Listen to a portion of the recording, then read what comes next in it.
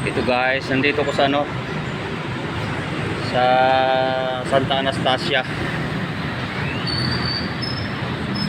sa Tomas, Batangas.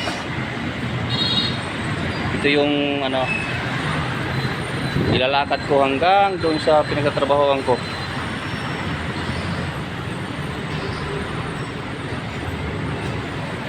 Yan, 15 minutes nilalakad ko yan hanggang sa trabaho.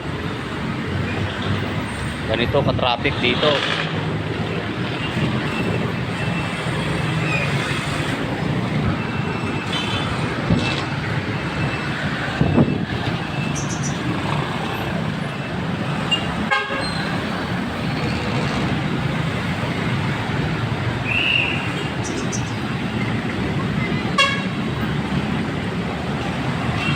Yan, mag-ikot naman sa kabila.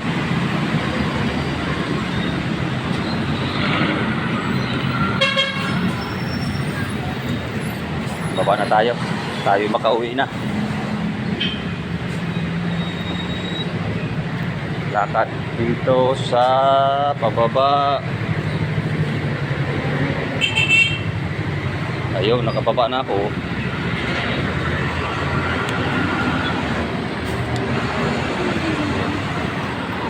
Ito yung papasok sa amin.